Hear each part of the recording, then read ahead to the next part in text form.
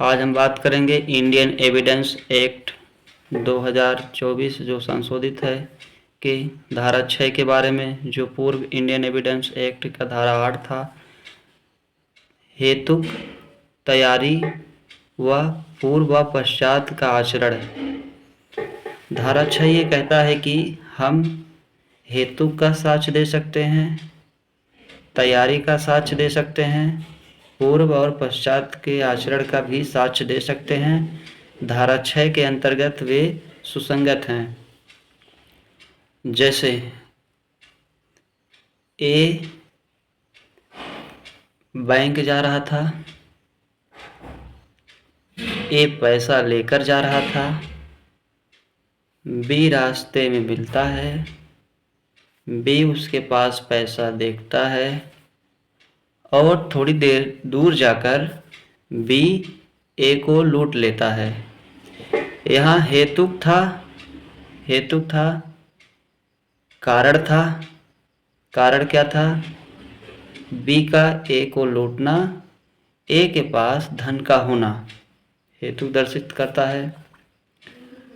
अब हम देखेंगे तैयारी। तैयारी क्या है?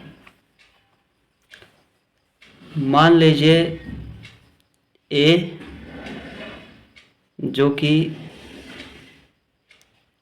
एक दुकान से जहर खरीद कर लाता है और वह अपने पास रखे रहता है।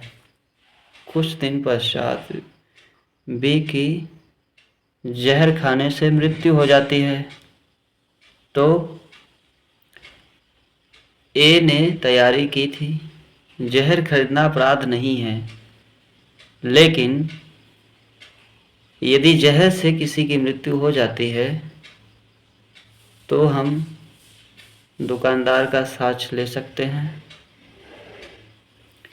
धारा 6 के अंतर्गत तैयारी का साक्ष्य दे सकते हैं। ये सुसंगत है। एक दुकान पर ए चाय पी रहा था और ए जिस दुकान पर चाय पी रहा था उस दुकानदार ने अचानक से कहा कि बी को लूटने वाले व्यक्ति को पकड़ने के लिए पुलिस आ रही है। तत्पश्चात ए भाग जाता है।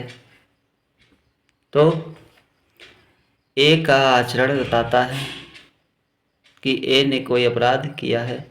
ए का भाग जाना, तो इस प्रकार आचरण का साक्ष्य दे सकते हैं। अब एक चीज और आता है धारा 6 के अंतर्गत कि क्या कथनों के साथ, आचरण के साथ साथ कथनों का भी साक्ष्य लिया जा सकता है। तो धारा 6 के अंतर्गत मान लीजिए ए अपने घर में सोया था, अचानक से चोर आ जाते हैं और ए उन चोरों के नाम को जानता है। तो ए बाहर दौड़ता दौड़ता आता है, हांफता और ये कहता है कि फला फला लोग ए के घर में चोरी कर रहे हैं। तो ये दौड़ रहा है, अचानक से दौड़ रहा है और कथन भी कह रहा है। तो धारा 6 के अंतर्गत हम आचरण का साक्ष्य दे सकते हैं, किंतु कथनों का साक्ष्य हम किसी अन्य धारा में एविडेंस के दे सकते हैं, वे सुसंगत हैं। इस प्रकार धारा 6 ये कहता है कि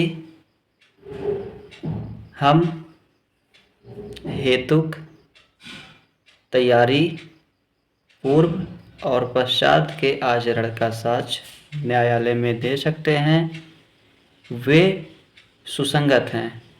वे विवादक तथ्य अथवा सुसंगत तथ्यों से संबंधित हैं।